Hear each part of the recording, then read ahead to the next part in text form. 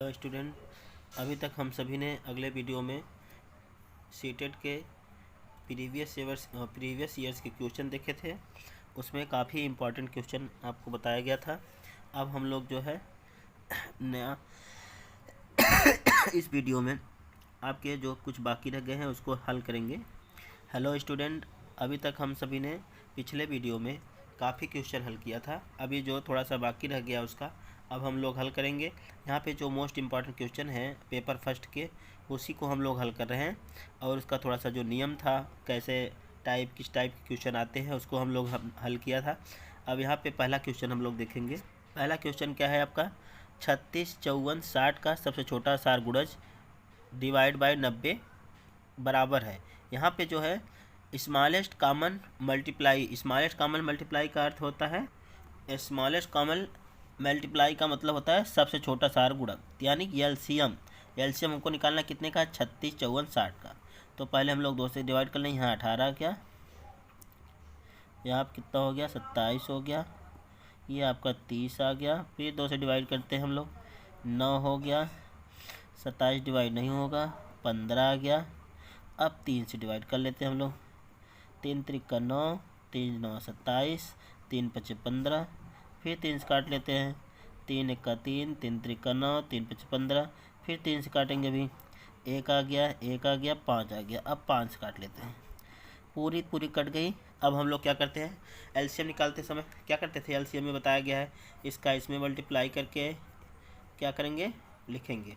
तो 2 दूनी 4, 4 तेरह 12, 12 पंच 60, 60 6 त्रिक 18, 18 त्रिक 54, यानी कि आपका ये आ गया 540। यहाँ पे 540 जो आया है आपका, ये सबसे छोटा सार गुणज है। अब यहाँ पे 540 जो आंसर आया है, 540 डिवाइड बाई 90 की बात कर रहा है। तो 540 में हम लोग क्या करेंगे, 90 से डिवाइड करेंगे। तो 1 0 कट गया, दूसरा 9 6 54 आ गया। यहाँ पे आपका आंसर कितना आ गया, 6 आ गया। आपका आंसर कौन सा सही हो गया, चौथा, 6 आंसर आ गया आपका। अगला क्वेश्चन आपका है दूसरा, 2 दशमलव संख्याओं के योग की संकल्पना को पढ़ाने के लिए निम्नलिखित में से किस शिक्षण अधिगम का कौन सा साधन सर्वाधिक उपयुक्त है।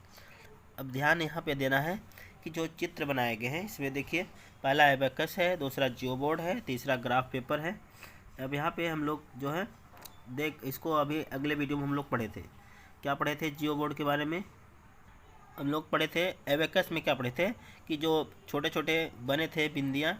अब यहाँ पे अभी जैसे हमको जोड़ना है तो इधर का जो है एक है, तो इधर भी जो है अगर जो गोले टाइप बने हैं, ये एबेकस। इसमें क्या होता है कि जो गोले हैं उसको हम लोग एक एक करके जोड़ते हैं या घटा सकते हैं। अब जियो बोर्ड में क्या होता है, जियो बोर्ड में देखिए हम लोग बताए थे कि रेक्टेंगुलर होता है, सर्कल होता है, आयत यानी वर्ग। इसको हम लोग 2D, ये जो है 2D शेप में दिखाते हैं, या उसी में केवल 2D, 3D में नहीं बताते, केवल 2D शेप होता है जो हम लोग ब्लैक बोर्ड वाइट बोर्ड में बता सकते हैं इसको। यहाँ पे 2D शेप।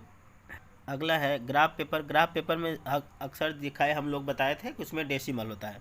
डेसिमल नंबर अगर जब की बात आए तो हम लोग क्या करेंगे, दशमलव संख्याओं को जोड़कर घटा सकते हैं, जोड़ करते गुणा भाग कर सकते हैं दशमलव संख्याओं का। डेसिमल में क्या होता है, यहाँ पे देखिए, concept of addition of 2 decimal. यहाँ पे जो है एडिशन डेसिमल संख्याओं का दशमलव संख्याओं कैसे करता है। जैसे एक संख्या 0 दशमलव 1 0.2 0.3 है, तो उसको हम लोग कैसे जोड़ते हैं। अब हम लोग एबेकस में तो जोड़ घटा नहीं पाएंगे, जियो बोर्ड से जोड़ घटा नहीं पाएंगे, ग्राफ पेपर से ही हम लोग हल कर पाते हैं। अगला क्वेश्चन है तीसरा, 3 सही 1/4 किलोग्राम चीनी से 1/16 किलोग्राम चीनी के कितने पैकेट बनाए जा सकते हैं। अब यहाँ पे ध्यान रखना है कि जो है 3 सही 1/4 किलोग्राम चीनी से कितना, 1/16 किलोग्राम चीनी कितने पैकेट बनाए जा सकते हैं। अब यहाँ पे ध्यान देना है, 3 सही 1/4 kg जो चीनी है कितना है, 3 सही 1/4 kg है। इसको हम लोग पहले किस में बदल लें, साधारण भिन्न में। ये मिश्र भिन्न है, तो 4 तिहाई 12 1 13, 13/4 kg, 13/4 kg चीनी है। और एक पैकेट 1/16 kg का है। 1/16 kg का जो है वह एक पैकेट की बात कर रहे हैं, एक पैकेट। तो यहाँ पे हम लोग कितने पैकेट बनाए जा सकते हैं, तो यहाँ क्या होगा, डायरेक्ट डिवाइड कर लें हम लोग, 13/4 डिवाइड बाई 1/60।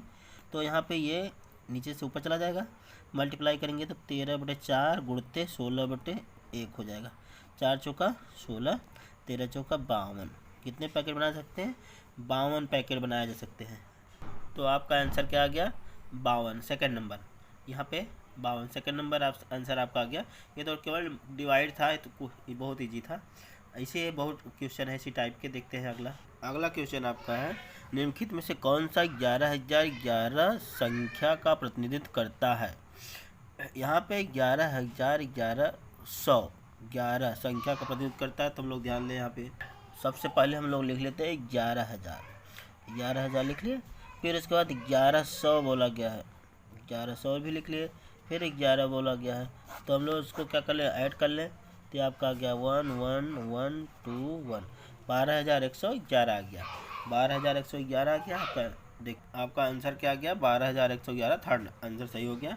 इसमें कुछ करना नहीं था, केवल आपको ऐड करके चेक करना था बस। क्वेश्चन है बार बार रिपीट होते हैं, एक नंबर केवल चेंज कर देता है। अगला क्वेश्चन आ गया आपका, कौन सी संख्या, मैं कौन सी संख्या हूँ? मैं 2 अंकों की सम संख्या हूँ।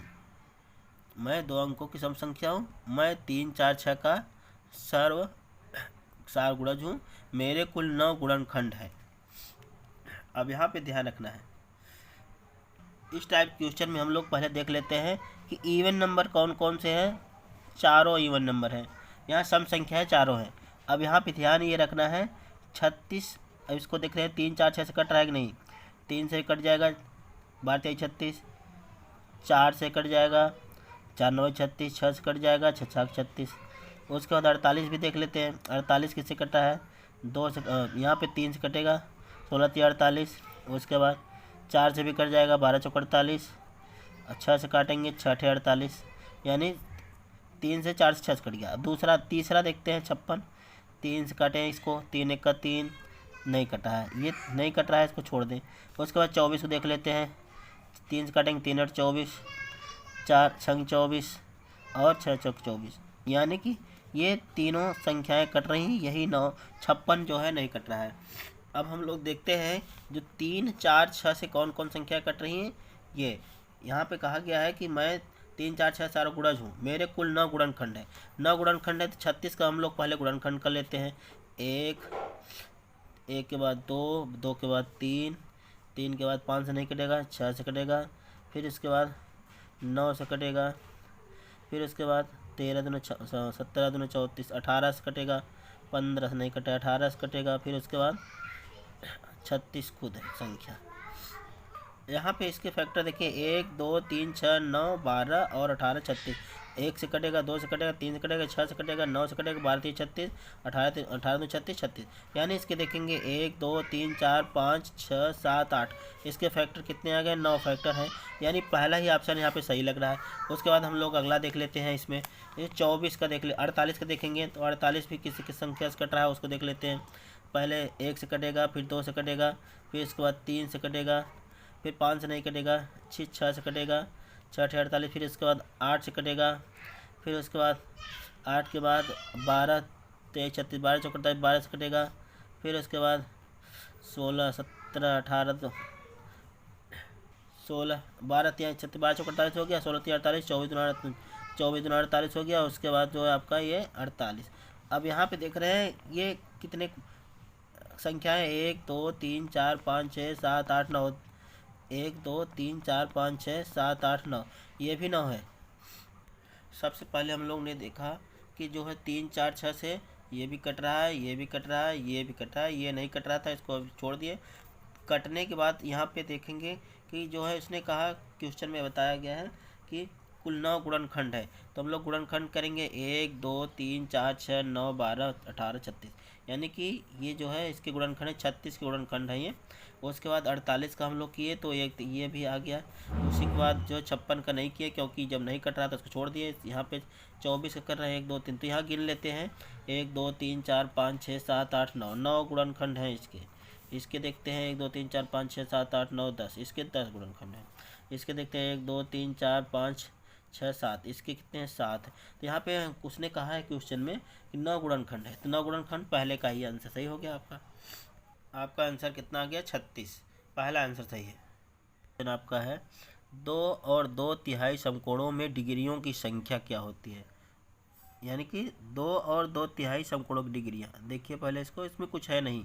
सबसे पहले हमें ध्यान देना है कि 2 और 2/3 समकोण, तो यहाँ पे 2 यानी 90 अंश के हो गए, और उसके बाद अगला उसी में कहा है कि 2/3 समकोणों, तो इसका भी कर लेते हैं। ये 30/3 आपका गया 30, इधर 9 दूनी 18, 180 हो गया। अब यहाँ पे देखते हैं 180 + 30 कितना आ गया, 210। आपका आंसर आ गया कितना है, 200। सॉरी, हम लोग यहाँ पे 30 दूना 60 होना चाहिए, तो ये 60 और 180 जोड़ लेंगे, 240 हो गया। आपका आंसर जो है फर्स्ट सही हो गया, 240 जिसमें आया है। देख लेते हैं आपका आंसर जो है फर्स्ट कितना है, 240 है। सेकंड नंबर 270 है, तीसरा 180 है, चौथा 210 है। तो आपका पहला आंसर सही हो जाए। आपसे 2/3 पूछे चाहे 1/3 पूछे, चाहे जो पूछे, हम लोग उसको हल कर लेंगे, ऐसे ही हल करना है, ध्यान रखिएगा इसको। अगला क्वेश्चन है आपका 18 सहित 3/4 में कितने चतुर्थांश हैं। यहाँ पे ध्यान रखना है कितने चतुर्थांश। अब इसको हम लोग यहाँ पे 18 सहित 3/4 को पहले मिश्र भिन्न है, इसको साधारण भिन्न बनाते हैं। 18 चौक 72, 72 और 3 75 हो गया, 75/4। यहाँ पे डिवाइड कितने से कर रहा है, 1 चतुर्थांश। 1 चतुर्थांश का मतलब 1/4, चतुर्थांश यानी क्वार्टर का मतलब 1/4 होता है। हाफ की बात करें तो 1/2 करेंगे, तृतीयांश कहेगा तो 1/3 करेंगे। तो हम लोग यहाँ पे क्या करें, इसको 75/4 यहाँ मल्टीप्लाई करेंगे तो ऊपर 4 चला जाता है, 4 से 4 कट गया। आपका कितना आंसर आ गया, 75। थर्ड आंसर आपका सही हो गया, 75। अब यहाँ पे देखिए अगला क्वेश्चन है, हिंदू अरबिक संख्या पद्धति में 4 अंक वाली कितनी संख्याएं हैं। यहाँ पे ध्यान रखिए कि 4 अंकों वाली संख्या, 4 अंक है, चाहे 5 अंक है, चाहे 6 अंक है, तो हम लोग सबसे पहले क्या लिखेंगे, सबसे बड़ी 4 अंकों की संख्या हम लोग लिखते हैं। तो 9999, 4 अंकों की सबसे बड़ी संख्या कितनी है, 9999। उसके बाद सबसे 4 अंकों की छोटी संख्या ले लेते हैं। सबसे छोटी संख्या 4 अंकों की कौन सी होती है, 1000 होती है। उसके बाद हम लोग इसको क्या करेंगे, जोड़ देंगे। जोड़ना नहीं, घटाना है, क्योंकि यहाँ पे जो है कितनी संख्या है, तो यहाँ पे घटा लेंगे। इसको 9 हो गया, यहाँ भी 9 हो गया, यहाँ भी 9 हो गया, यहाँ 8, यहाँ कितना आ गया, 8999। अब यहाँ पे इसमें एक और हम लोग जोड़ ले अगर, तो कितना हो जाएगा, 9000। सबसे पहले हम लोग क्या करते हैं, सबसे बड़ी संख्या में से सबसे छोटी संख्या घटा लेते हैं। अब जो संख्या आता है उसमें 1 जोड़ लेते हैं, चाहे 4 अंक की संख्या हो, चाहे 5 अंक की हो, चाहे 6 अंक की हो, उसमें हम लोग 1 जो है जोड़ लेंगे। पहले बड़ी बड़ी संख्या में छोटी संख्या घटाएंगे, फिर उसके बाद क्या करें। यहाँ पे इसी टाइप के काफ़ी क्वेश्चन आएंगे। अगर तो आपको 4 अंक कहे चाहे 5 अंकों की कहे, आपको बड़ी संख्या में से छोटी संख्या घटा देना है। 4 अंकों की बात की तो 4 अंक की हम लोग बड़ी संख्या लिखें, 5 अंक कहेगी तो 5 अंकों की बड़ी संख्या लिखेंगे और छोटी संख्या लिखेंगे। उसके बाद घटाएंगे, घटाने के बाद 1 को जोड़ देंगे, तो जो आंसर आएगा, यहाँ पे सेकंड नंबर इसका आंसर सही हो गया।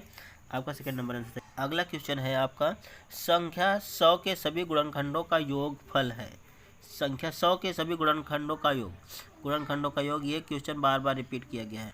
सबसे पहले हम लोग ध्यान देंगे, चाहे 100 हो, चाहे 200, चाहे 1000, जो भी संख्याएं होंगी, अगर उसका गुणनखंड का योगफल पूछेगा तो हम लोग सबसे पहले एलसीएम निकालेंगे। तो जी ऐसे 100 है, इसका हम लोग एलसीएम टाइप से निकाल लेंगे, 2 से काटेंगे, ये आ गया 50, फिर उसके बाद ये आपका 25, फिर 5 से 5 आ गया, फिर 5 से काटेंगे 1, अब ये कट गया।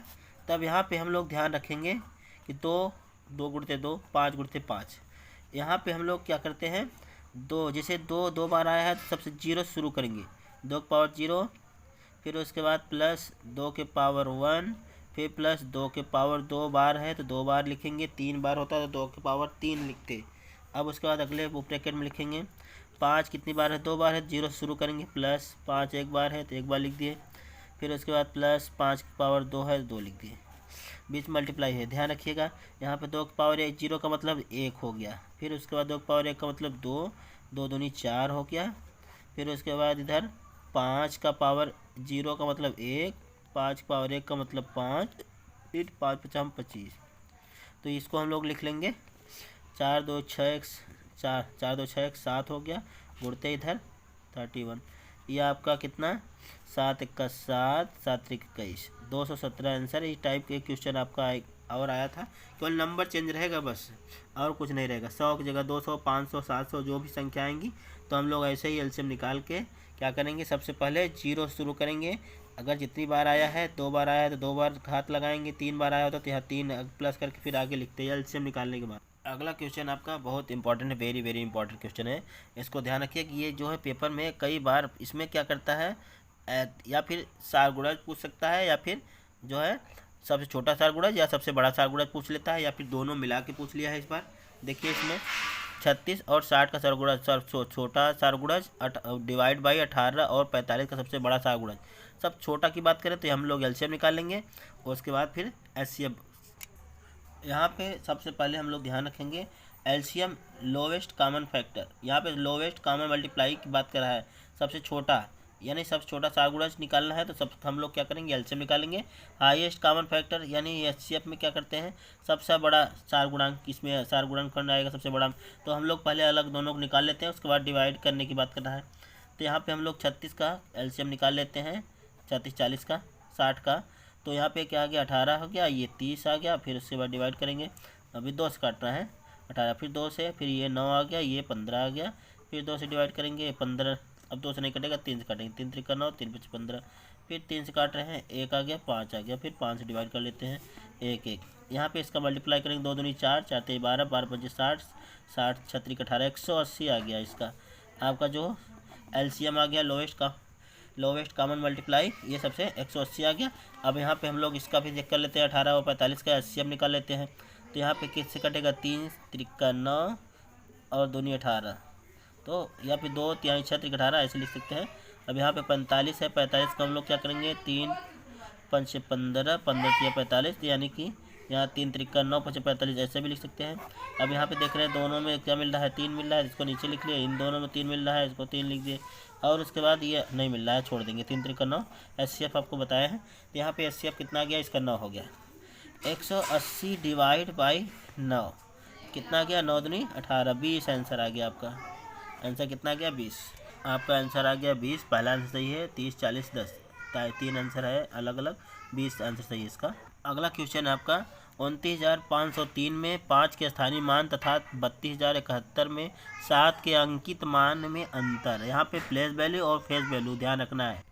अब हम लोग ध्यान देंगे इधर कि 29,503 में 5 का स्थानीय मान, तो यहाँ पे स्थानीय मान यानी क्या होता है, प्लेस वैल्यू। प्लेस वैल्यू स्थानीय मान होता है जिस अंक पे अगर है, उसके बाद देखते हैं कितनी संख्याएं आगे है, उतना जीरो लगा देंगे। तो इसका स्थानीय मान कितना हो गया, 500 हो गया। और इसका प्लेस, यह अंकित मान जो होता है, अंकित मान क्या होता है, फेस वैल्यू। ये अंकित मान वही रहेगा आपका, अगर यहाँ पे 7 है, 7 का अंकित मान 7, 1 होता तो इसका 1 हो जाता, 2 होता तो उसका 2 हो जाता। यहाँ पे कोई परिवर्तन नहीं होगा, अंकित मान में कोई परिवर्तन नहीं होता। तो हम लोग यहाँ पे लिख लेंगे 500, और अंकित मान कितना है, 7, माइनस कर लिए क्योंकि अंतर की बात कर रहा है, डिफरेंस। तो यहाँ पे आ गया कितना, 493, 493 आ गया, आपका आंसर आ गया। आपका आंसर हो गया सेकंड नंबर 493, ये सही है। अगला क्वेश्चन आपका है 4 और 2/3 समकोणों में डिग्रियों की संख्या। अभी इसके पहले क्वेश्चन आया था, इसके पहले वाले वीडियो में भी आप लोगों को हल करवाए हैं। अब इसको ध्यान रखिए कैसे करना है, ध्यान रखिए यही। सबसे पहले कह रहा है कि 4 और 2/3 समकोण, तो 4 समकोण ये 90 गुणते हो गया, उसके बाद प्लस 2/3 2 बटे 3 गुणते 90, ये आ गया आपका 30 3 90, यहाँ 9 चौक 36, 360 अंश हो गया, प्लस इधर 20 60, इसको हम लोग जोड़ेंगे, ऐड करेंगे, कितना हो जाएगा, 420। आपका आंसर कितना आ गया, 420 डिग्रियाँ आंसर आ जाएगा। सेकंड नंबर आंसर आपका 420 सही है। अगला क्वेश्चन आपका है 50 में एक पूर्ण संख्या जोड़ी जाती है और फिर वही संख्या 50 में से घटाई जाती है, और जो दोनों संख्याओं का जोड़ है। यहाँ पे ध्यान रखना है, अब हमें ध्यान देना है, 50 में एक पूर्ण संख्या जोड़ी जाती है। 50 है संख्या, उसमें कोई भी पूर्ण संख्या जोड़ लीजिए, आप अपना अलग से जोड़ सकते हैं। मैं जोड़ रहा हूँ 30, तो आपका हो गया 80। उसके बाद फिर करा है 50, वही संख्या 50 में से घटा दी जाए, 50 में से 30 हम लोग घटा दे रहे हैं, तो आपका आ गया 20।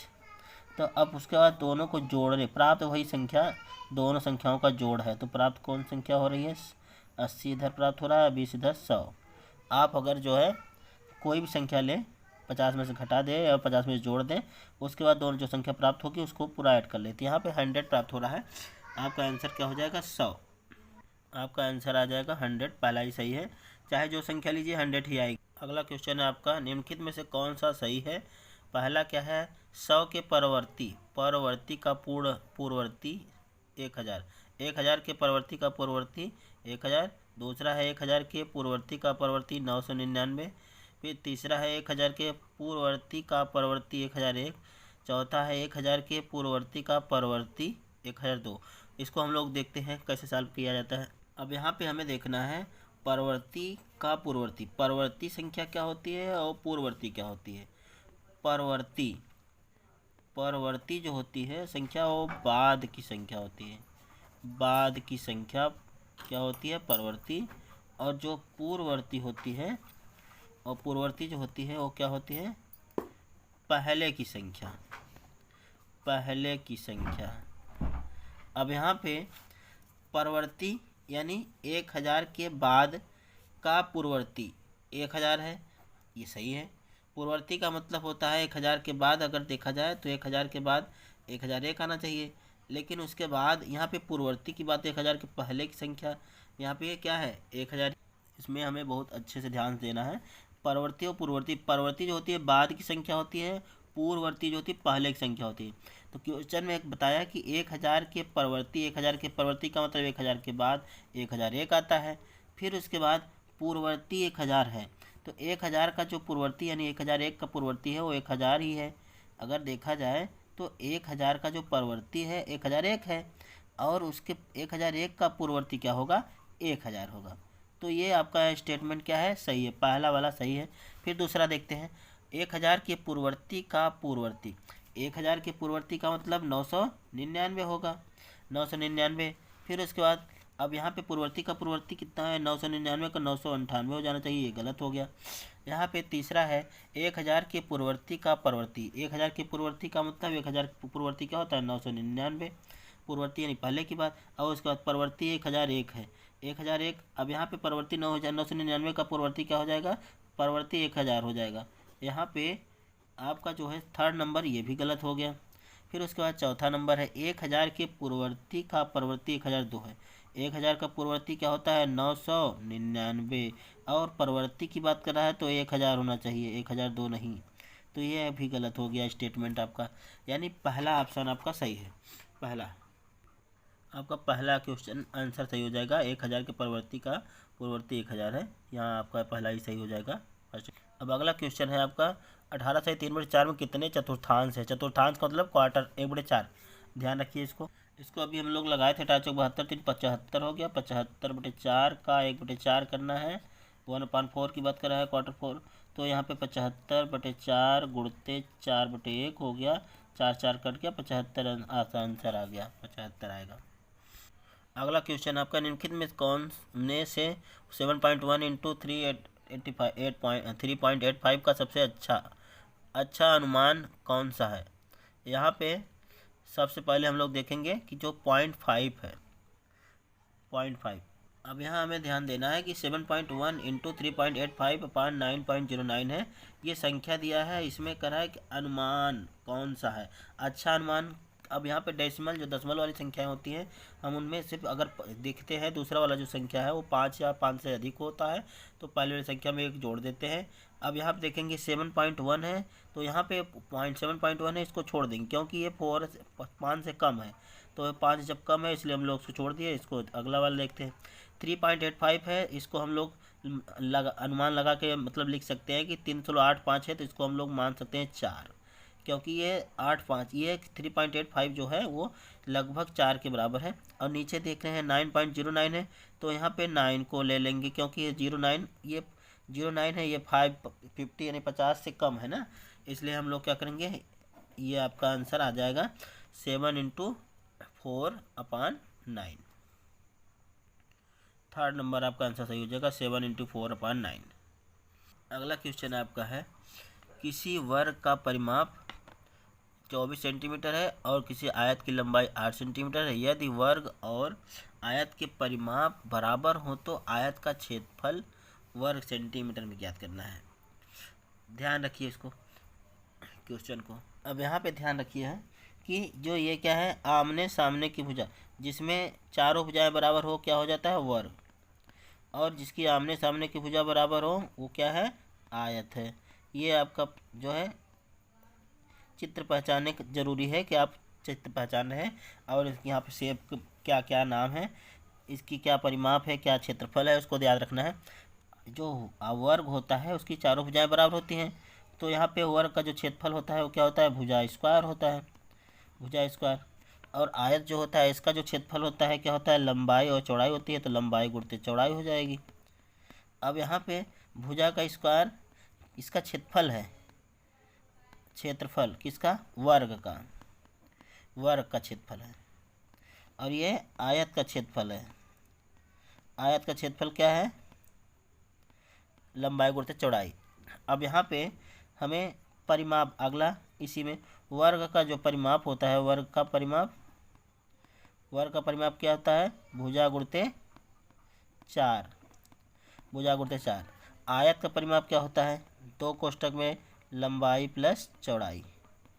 ये आपको फार्मूले पता होने चाहिए। ये आयत का परिमाप, आयत का परिमाप है, आयत परिमाप 2 कोष्ठक में लंबाई प्लस चौड़ाई।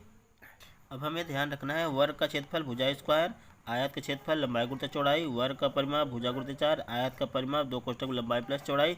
ये सूत्र हमें पता होना चाहिए। वर्ग और आयत में हम आपको अंतर बता ही दिए थे। वर्ग क्या होता है, चारों भुजाएं बराबर होती है। आयत में क्या होता है, आमने सामने की भुजा बराबर होती है। अब हम सवाल को हल करते हैं, हम लोग देखते हैं कैसे। अब हम लोग सवाल में देखते हैं कि जो है यहाँ पे वर्ग का परिमाप दिया था 24 सेंटीमीटर। वर्ग का जो परिमाप है, सूत्र क्या होता है, भुजा गुणित 4, तो भुजा गुणित 4 का मान दिया है 24 सेंटीमीटर। फिर उसके बाद आयत की लंबाई, यहाँ पे आयत का परिमाप जो है वो दोनों बराबर हैं, तो लंबाई का मान 8 दिया है प्लस चौड़ाई का मान ज्ञात करना है, क्योंकि वर्ग का परिमाप जो है आयत के परिमाप के बराबर है। तो यहाँ पे हम लोग पहले क्या निकाल लें, चौड़ाई निकाल लें। तो ये आपका हो गया कितना, 8 दूनी 16 प्लस 2 गुणित चौड़ाई बराबर 24। 2 गुणित चौड़ाई बराबर कितना हो गया, 24 में से 16 घटा देंगे, 8 बचा। चौड़ाई निकालेंगे तो कितना आ जाएगा, 8/2, यानी कि 4 सेंटीमीटर। चौड़ाई आपकी 4 सेंटीमीटर आ गई। अब हमें पता चल गया लंबाई गुणित चौड़ाई बराबर क्या होता है, क्षेत्रफल किसका, आयत का। तो लंबाई कितना दिया था, 8 दिया था, चौड़ाई अभी पता चल गया 4, तो 8 चौके 32 वर्ग सेंटीमीटर आपका आंसर आ गया, 32 वर्ग सेंटीमीटर। आपका चौथा आंसर आ गया 32 वर्ग सेंटीमीटर। अब हमें ध्यान रखना है कि जो है मान किसका किसका दिया है, किसका नहीं दिया है, उसको हम लोग रखेंगे मान। बिना मान रखे सवाल को हल नहीं कर पाएंगे। जैसे अभी हम लोग देखिए लंबाई का मान दिया था, चौड़ाई नहीं दिया था, तो चौड़ाई हम लोग निकाल लिए। सबसे पहले देख रहे थे कि हम लोग वर्ग का परिमाप दिया था, वर्ग का परिमाप हम लोग निकाल लिए थे। वर्ग परिमाप यहाँ 24 दिया था, आयत का परिमाप हमें नहीं पता था, तो आयत परिमाप का सूत्र होता है 2 कोष्ठक में लंबाई प्लस चौड़ाई। तो जब लंबाई और चौड़ाई को हम लोग, लंबाई का मान दिया, चौड़ाई नहीं पता था, तो इस दोनों सूत्र को बराबर कर लिए। बराबर किस लिए कहे, यहाँ पे सवाल में बताया था कि जो आयत का परिमाप है और वर्ग का परिमाप है वो दोनों बराबर है। जब बराबर है तो हम लोग भी बराबर रख लेंगे। बराबर रखने के बाद यहाँ पे चौड़ाई पता चल गई, 4 सेंटीमीटर आ गया, तो लंबाई गुणित चौड़ाई आ गया, आंसर आपका 32 वर्ग। मान लीजिए कि आपके जो क्षेत्रफल से या फिर चित्र से, शेप से 4-5 क्वेश्चन आपके 4-5 नंबर के यहाँ से आ जाते हैं। अब ध्यान रखिएगा कि आयत का, वर्ग का, वृत्त का, ये त्रिभुज का, ये चारों चीज़ें आपको अच्छे से आनी चाहिए। और आप जो है पिछले वर्ष के क्वेश्चन जितने भी है 2017, 16, 18, 15 के पिछले वर्ष के क्वेश्चन काफ़ी कीजिए, क्योंकि पिछले वर्ष क्वेश्चन आप करेंगे तो आपको अभ्यास होगा, और अभ्यास होगा तो आपको काफ़ी चीज़ें